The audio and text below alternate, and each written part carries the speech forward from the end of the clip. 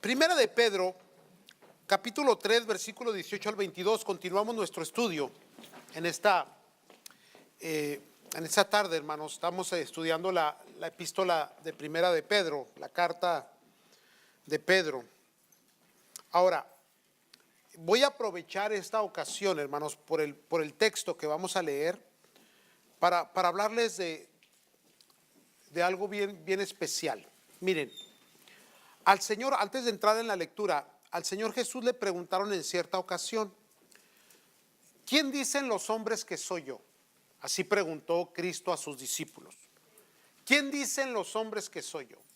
Y ellos contestaron diciendo: algunos dicen que eres Elías, otros dicen que eres alguno de los profetas. Entonces el Señor Jesús les vuelve a hacer otra pregunta: ¿y quién dicen, qué dicen ustedes que soy yo? Y esa pregunta, hermano, queda en el aire. ¿Quién es Jesús para ti? ¿Qué es Cristo para ti? ¿Cuál es la posición que Cristo toma en tu entendimiento, en tu corazón, en tu intelecto? Estamos en tiempos en los cuales hay una gran controversia sobre esta interpretación. ¿Quién es Jesús? Porque esa misma pregunta que si se hace hoy en general, si usted se para en la calle y comienza a hacer esta pregunta, algunos van a decir: fue un gran profeta, fue un gran hombre de la historia. Otros van a decir: es el Salvador. Otros van a decir: es la divinidad misma, es Dios mismo. Y hay un sinnúmero de respuestas. Pero después de haber preguntado a su corazón, ahora viene otra cuestión aquí. ¿Qué dice la Escritura que es Cristo? O sea, ¿qué dice la Biblia? Yo creo que esa debe ser nuestra base, lo que creemos, ¿no? Lo que la Escritura nos dice, lo que la Biblia nos enseña. Ahora, vaya conmigo a Primera de Pedro, después de haberle dicho esto, nada más para que ponerle algo en su mente, para que comience a deshebrarlo. Primera de Pedro 3, 18 al 22. ¿Ya lo tienen, amados? Porque también Cristo padeció una sola, discúlpeme, padeció una sola vez por los pecados, el justo por los injustos, para llevarnos a Dios, siendo a la verdad muerto en la carne, pero vivificado en espíritu, en el cual también fue y predicó a los espíritus encarcelados, los que en otro tiempo desobedecieron, cuando una vez esperaban la paciencia de Dios en los días de Noé, mientras se preparaba el arca, en la cual pocas personas, es decir, 8, fueron salvas por agua.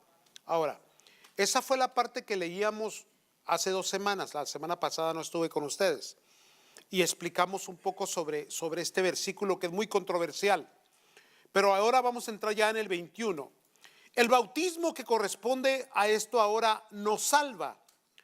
Y luego, entre paréntesis, dice el texto: no quitando las inmundicias de la carne, sino como la aspiración de una buena conciencia hacia Dios por la resurrección de Jesucristo, quien habiendo subido al cielo, aquí está la parte que hay que enfocar, hermanos, quien habiendo subido al cielo está a la diestra de Dios, y a él están sujetos ángeles, autoridades y potestades.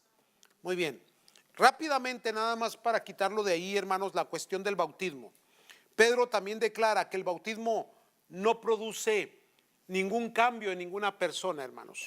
No purifica, no limpia pecados. Lo que limpia los pecados es el sacrificio de Jesucristo en la cruz del Calvario. El derramamiento de la sangre es lo que purifica nuestra alma, purifica nuestro espíritu, nuestro ser, pone nuestros nombres en el libro de la vida y nos da salvación. ¿Cómo? Por medio de la fe. Si tú crees en esto, si tú crees en Cristo, entonces la Escritura dice que obtienes la salvación. Y el bautismo es el acto de obediencia. Esa es la respuesta activa de una persona que recibió a Jesucristo, que puso su fe en Él, y ahora va a darle testimonio a las personas y va a dar testimonio a Dios de que ahora ha dedicado su vida para Cristo Jesús, como dice Pedro, en una buena conciencia. Entonces ya eliminando ese punto de ahí, hermanos, podemos entrar en el siguiente punto, en el cual dice, una buena conciencia hacia Dios por la resurrección de Jesucristo. Así que continuamos con el tema de la resurrección.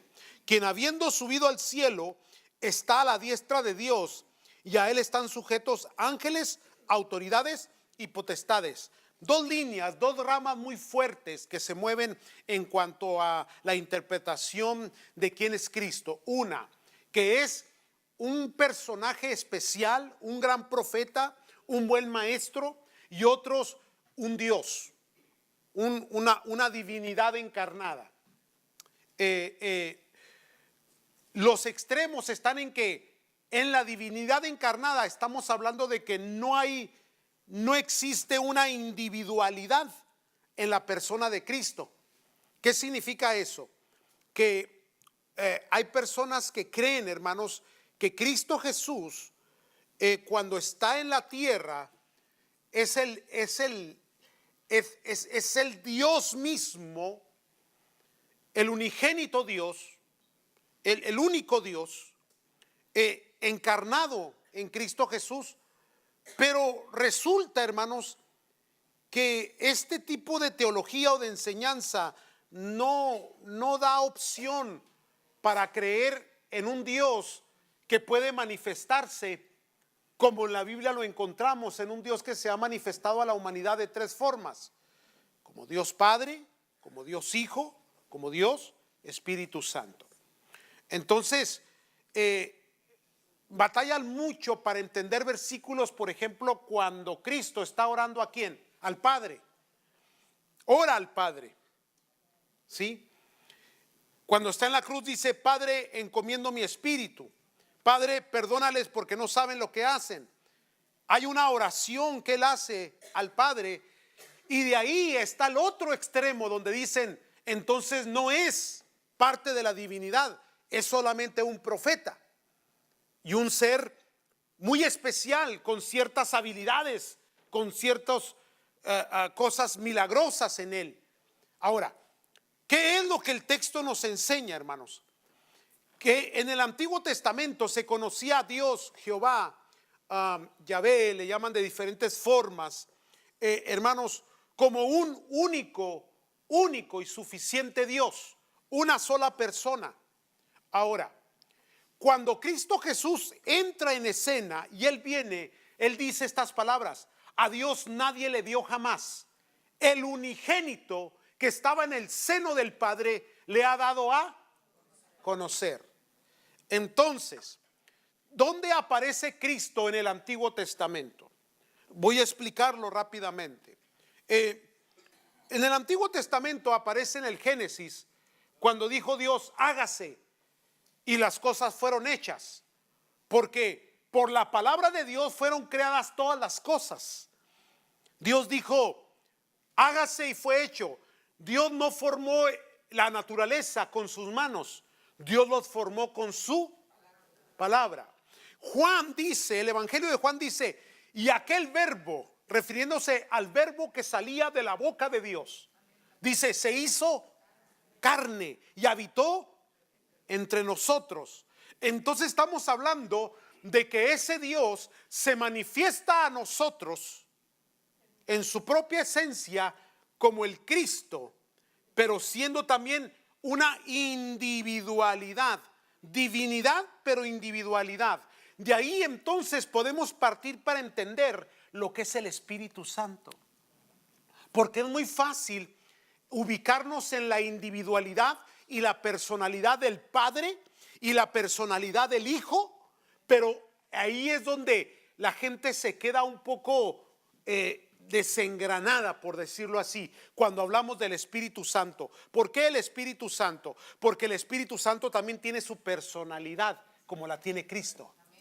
Dice la Escritura: no contristéis al Espíritu Santo de Dios. Entonces, estamos hablando de un solo Dios, pero que tiene la habilidad de poderse a manifestarse a nosotros con diferentes personalidades. En este caso es un Dios tripartido que trabaja con un ser humano, que somos también tripartidos. ¿Sabía usted eso? Por ejemplo, nuestro ser está compuesto por espíritu, alma y cuerpo. No es difícil entender a un Dios manifestado de esa manera, porque nosotros mismos estamos formados de esa manera. Somos espíritu, somos alma, somos cuerpo. El cuerpo físico es, hermano, el exterior que se mira, que puedes ver en el espejo. El alma es la esencia misma de tu naturaleza, son las emociones, los pensamientos, el carácter y todas aquellas cosas, hermanos, que componen todo lo que es tu ser. Y luego el espíritu, lo que es eterno, lo que trasciende, lo que te lleva a la eternidad. ¿Estamos aquí todavía? Sí. Entonces, voy rapidito, estoy explicando esto. ¿Por qué, hermano? Porque todavía hay gente que batalla mucho y tenemos tantas discusiones sobre la interpretación de quién es Cristo. Ahora bien, aquellos que han nacido de nuevo y que han experimentado el poder de la resurrección en sus vidas, no batallan en ello. ¿Por qué, hermano? Porque cuando Cristo se manifestó a sus vidas, se manifestó de tal manera y de tal forma y con tan grande poder, que ese poder, hermano, hizo cambios, transformación, trajo gozo, trajo paz. Y resulta, hermano, que esa aceptación, esa fe puesta en Cristo Jesús, hermano, fue algo tan hermoso, tan maravilloso, una experiencia tan sobrenatural, que las personas no batallan para comprender y entender la divinidad del Cristo al cual sirven. Ahora, hay mucho que explicar en ello, hermano, pero puntito nada más que podemos dar. Cristo Jesús tuvo algo que no tenían los profetas. Cristo Jesús se dejó adorar. Si Él no hubiera sido Dios, eso se hubiera convertido en una idolatría.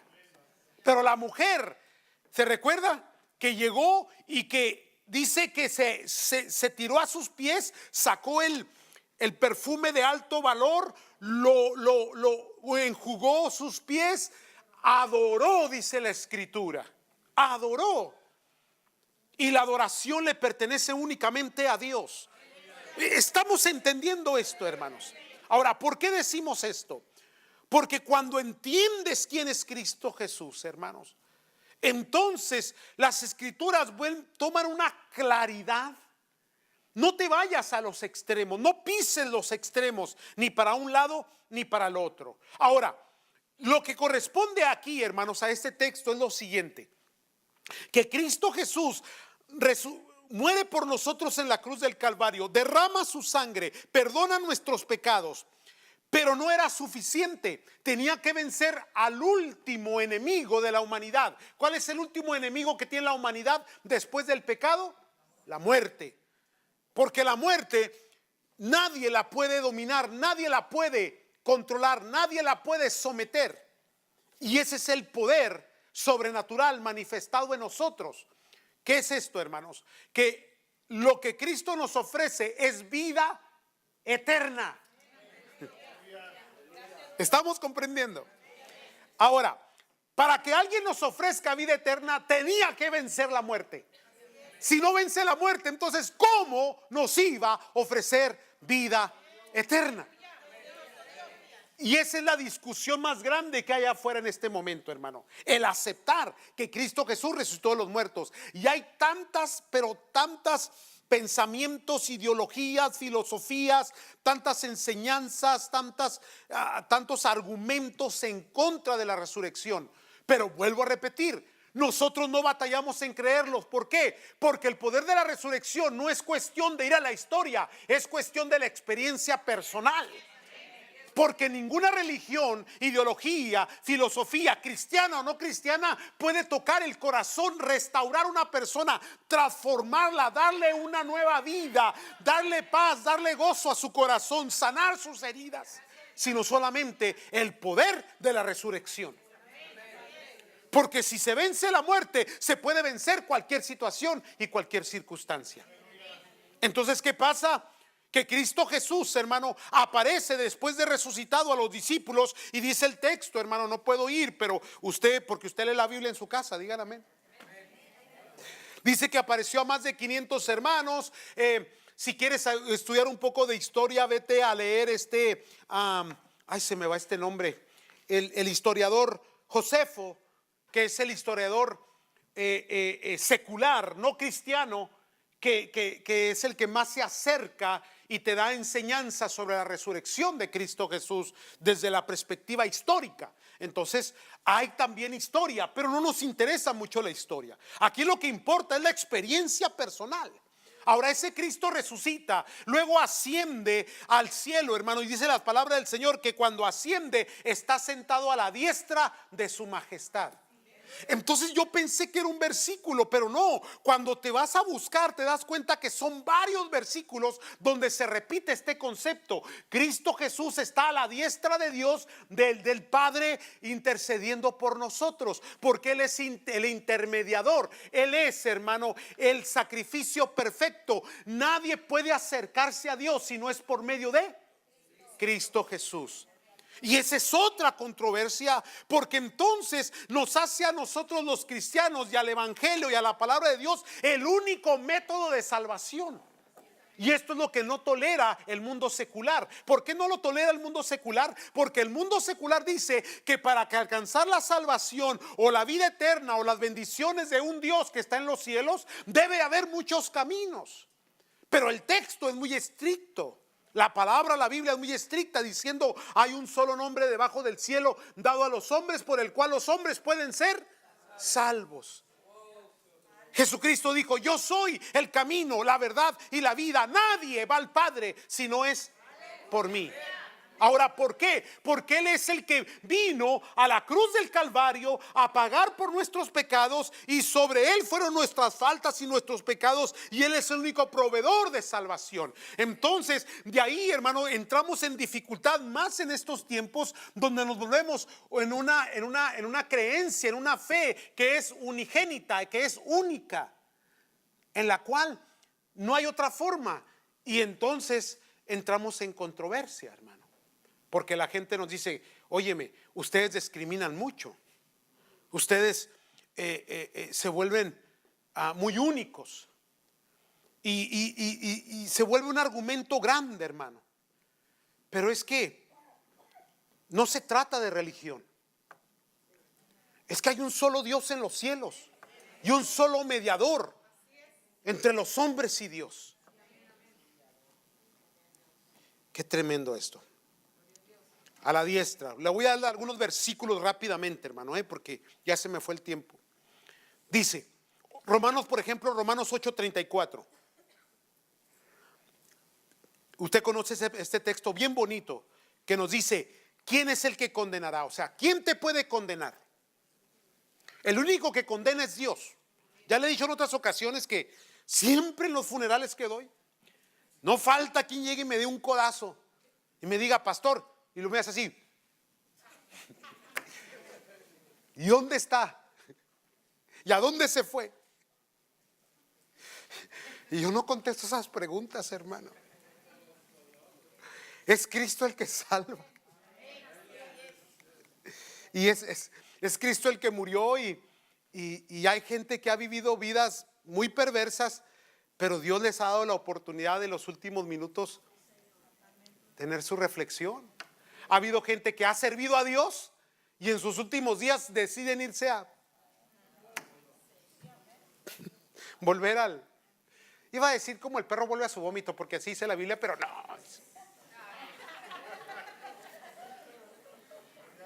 Bueno, así dice la Biblia, ¿qué quiere que le diga? A veces queremos suavizar lo que la Escritura dice, ¿no? Pero el versículo dice: ¿quién es el que condenará? Cristo es el que murió, más aún el que también resucitó. Cada vez que habla de la resurrección, siempre hay un contexto donde dice: y está a la diestra de Dios.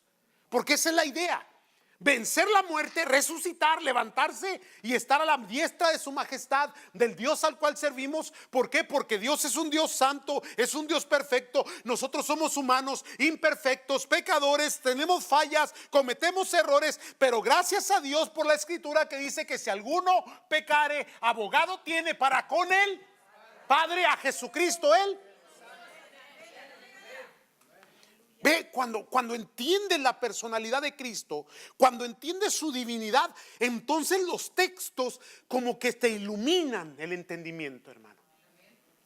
Y esto lo hace el Espíritu Santo. ¿Quién es el que condenará? Cristo es el que murió, más aún el que también resucitó, el que además está a la diestra de Dios, el que también intercede por. Entonces el pecado está resuelto. Ahora, ¿cómo se resuelve el pecado? Muy sencillo. Cristo Jesús cargó nuestros pecados presentes, pasados y también futuros. El pecado ya no tiene potestad ni fuerza sobre ti. Tiene potestad y fuerza cuando te aferras a él, pero cuando lo confiesas, si alguien confiesa sus pecados, Dios es fiel y justo para. Híjole, sí saben, hombre. Otro texto, vamos a otro, sí. Ahora, Efesios 1, 17 al 23. Y mire, los textos que le estoy dando manifiestan las dos personalidades. La personalidad del Padre y la personalidad del Hijo. Esto es importante entenderlo. Mismo Dios, pero con personalidades individuales, independientes, con funciones independientes. El Padre está en el cielo, Cristo está en la cruz del Calvario. ¿Y qué hace el Padre? El Padre le niega. ¿Por qué le negó, hermanos? ¿Por qué Cristo dijo: Señor, ¿por qué me has desamparado? Porque sobre sus hombros estaba el pecado de todos nosotros. Y el Dios Santo no puede ver el pecado. Tenía que haber un sacrificio perfecto para perfeccionar nuestra alma, no por nuestras propias habilidades, sino por el sacramento mismo de Cristo Jesús. Ya metí esa palabra ahí, a ver si no confundo a alguien aquí. Se empieza a persinar.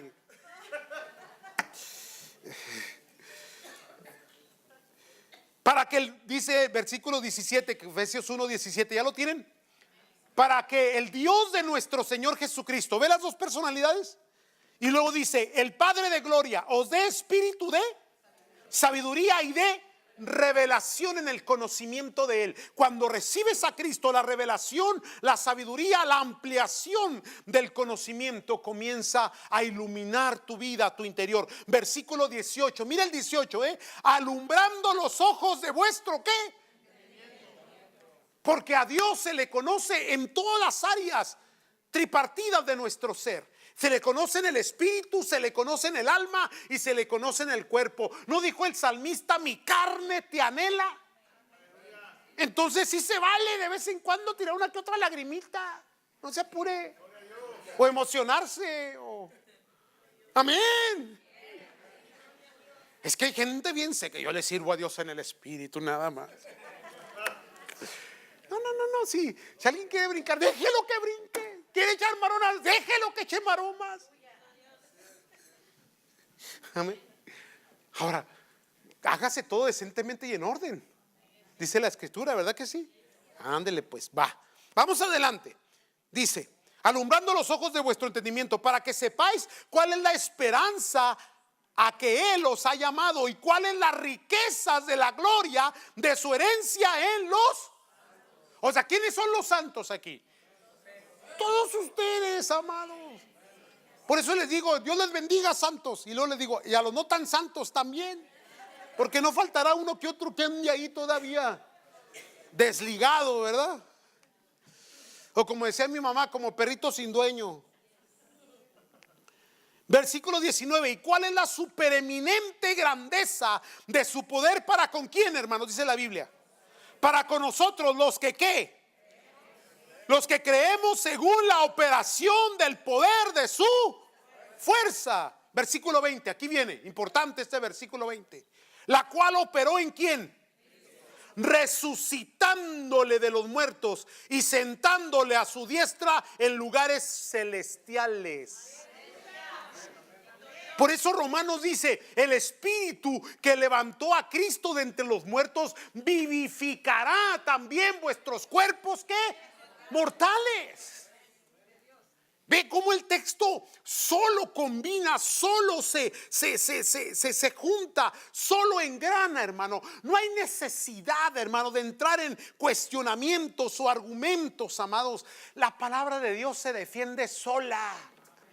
¿Aló? Ahora, siempre habrá quien saque un texto fuera de contexto, ¿verdad? Porque el texto fuera de contexto es un ¿qué?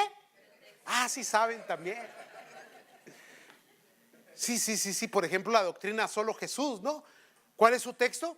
Bueno, la que está en los Hechos. Bautícese cada uno en el nombre de Jesús, ¿verdad? Y cuando se hace la pregunta, ¿y qué hacemos con el versículo de Cristo, de Mateo y de Marcos? Y ahí ya se desengranaron, ahí ya se atoró la carreta. Ir por todo el mundo a predicar este evangelio, bautizándoles en el nombre del Padre, del Hijo. Se complica, pues. Pero del otro modo no se complica. ¿Por qué? Porque cuando está hablando, le está hablando a judíos. El judío tenía la aceptación del Padre y del Espíritu, pero no podían aceptar a Cristo Jesús.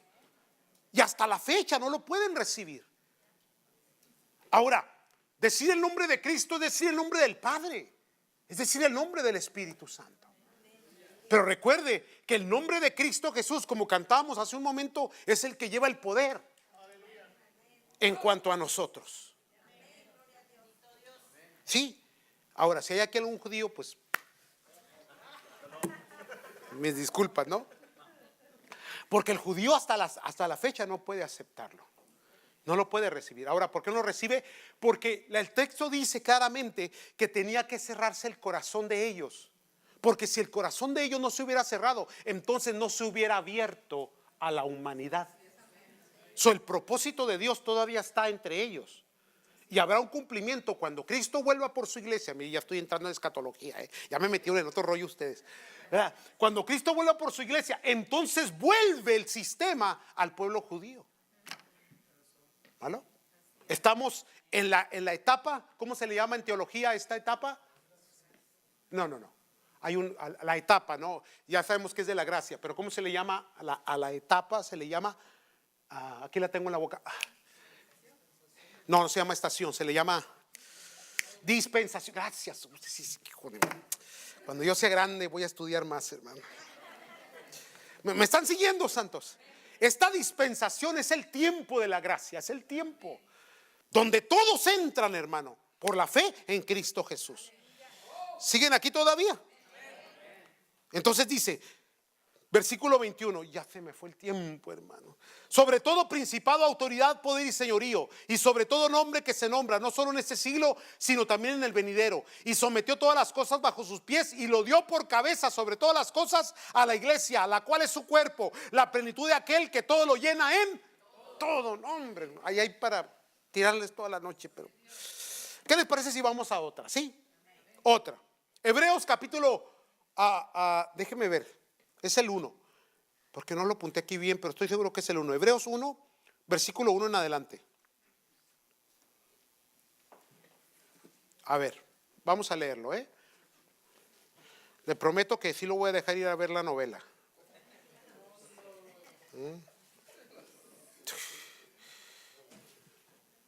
Hay gente que todavía mira La Rosa de Guadalupe. Hebreos capítulo 1, ¿ya lo tienen, santos?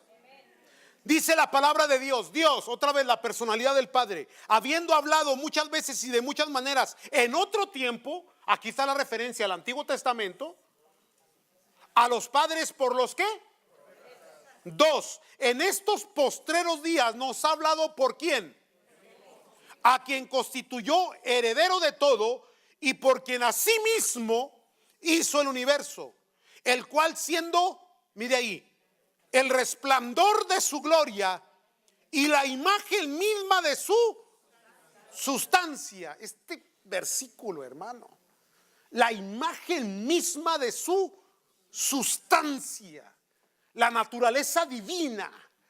Cuando aquella mujer entró en la casa de Simeón y se arrodilló, estaba adorando al Padre, hermano, en la persona de Cristo. ¿Me están siguiendo? La individualidad se vuelve a manifestar cuando está en el Getsemaní y comienza a orar. Si es posible, pase de mí esta copa, pero no se haga sino la.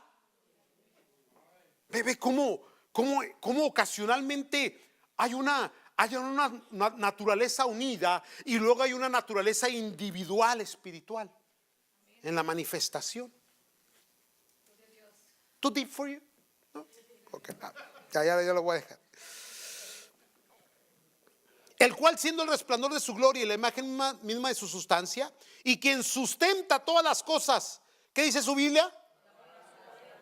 Pues es el verbo, pues. Dijo, hágase y fue hecho. La palabra de su, la cual sustenta todas las. ¿Qué hacemos con estos versículos si Él no es divinidad? Se entiende esto, ¿verdad? Es el problema de los extremos. Cuando vas a los extremos, hay versículos que te despedazan, hermano. Por eso es importante una correcta teología. Mire, mejor véngase a la escuela bíblica. ¿Qué clase están estudiando ahorita, hermana Rosy? Ética ministerial, para que se porte bien. Vamos adelante. Habiendo efectuado la purificación de nuestros pecados por medio de sí mismo, y luego dice el texto aquí, se sentó a la diestra de ¿quién? De la majestad en las alturas, hecho tanto, y este es el versículo controversial, el versículo 4 que dice, hecho tanto superior a los ángeles. Esta palabra hecho está mal interpretada en el griego, mal interpretada en nuestro idioma, hermanos, pero no quiere decir que fue creado. ¿Sí? Ese es el versículo que la gente usa para decir fue creado. Y Él no fue creado, Él es creador. ¿Sí? Va a tener que estudiar griego también, ya lo metí en problemas. Dice, hecho tanto superior a los ángeles, cuanto heredó más excelente nombre que ellos. Ahora, otro, rápidamente, ya para dejarlos ir. Hebreos capítulo 10, ahí mismo Hebreos está tremendo, hermano, Léase Hebreos. Quiere conectar el Antiguo Testamento con el Nuevo Testamento. Hay gente que me dice, el Antiguo Testamento no lo entiendo, hermano. No, léase Hebreos para que lo pueda conectar. Hebreos 10, ¿ya lo tienen? Versículo 11. Y ciertamente todo sacerdote está día tras día ministrando y ofreciendo muchas veces los mismos sacrificios que nunca pueden quitar los pecados. ¿A qué se refería? A toda la liturgia antiguotestamentaria de la ley, ¿no? Del sistema, de los sacrificios y todo ello. Pero llegó Cristo y dice, pero Cristo habiendo ofrecido una vez para siempre, ¿qué dice su Biblia? Un solo sacrificio por los pecados, se ha sentado a la diestra de Dios. He aquí de ahí en adelante, esperando hasta que sus enemigos sean puestos por estrado de sus pies. Porque otro texto dice que toda lengua confesará y toda rodilla se doblará. ¿Sí? Corríjame. ¿Usted qué sí lee? Que Jesús es el Señor. Hasta que todos sus enemigos sean puestos debajo de por estrado de sus pies. Y el último, hermanos, ya la del estribo. Hebreos capítulo 12, ahí mismo, pero dos páginas hacia adelante. Ese lo prediqué el domingo. No sé en cuál de los 3 servicios, pero uno de ellos lo mencioné. Hebreos 12, versículo 1. Dice la palabra de Dios: por tanto nosotros también, teniendo en derredor nuestro tan grande nube de testigos, despojémonos de todo peso y del pecado que nos asedia, y corramos con paciencia la carrera que tenemos por delante. Versículo 2. Puestos los ojos en el autor y consumador de la fe, el cual por el gozo puesto delante de él sufrió la cruz, menospreciando el oprobio, y se sentó a la diestra del trono de Dios. Entonces, ¿qué significa todo esto, hermano? Lo que hemos estado hablando, que Cristo Jesús es nuestro Dios, que hay divinidad en él, y que su sacrificio fue el sacrificio perfecto que nos ha otorgado salvación. Entonces, en nuestra fe, ¿cómo confesamos nuestra fe? ¿Cómo vivimos nuestra fe? En las religiones se trata de cumplir liturgias, mandamientos, ideologías, lo que la iglesia enseña. Cuando tú vienes a Cristo, tú conociste la palabra de Dios y recibiste a Jesucristo como tu único y suficiente Salvador. Y aquí hay mucha burla de la gente cuando decimos nacimos de nuevo. Y ahí es cuando nos apuntan y nos dicen, tú eres un born again, un nacido de nuevo, esos locos. Bueno, sí, soy ese loco, pues. ¿Por qué? Porque porque somos muy individualistas, porque nos quedamos en una sola enseñanza, porque recibimos a Cristo, porque confesamos a Cristo, porque adoramos a Cristo, porque creemos que Cristo es nuestro Salvador y que Él nos ha dado vida eterna. Y para nosotros todo lo encerramos en Cristo Jesús, hermano. Y nuestras oraciones siempre terminan en el nombre de Cristo Jesús. Esta enseñanza, esta doctrina, esta forma de interpretación debe de ser dominada por todo creyente, para que cuando prediques a Cristo, lo prediques, hermano, con sabiduría, con entendimiento, con conocimiento, con entendimiento y con la veracidad de la palabra de Dios. Amén, amados. Vamos a orar. Pónganse de pie, por favor.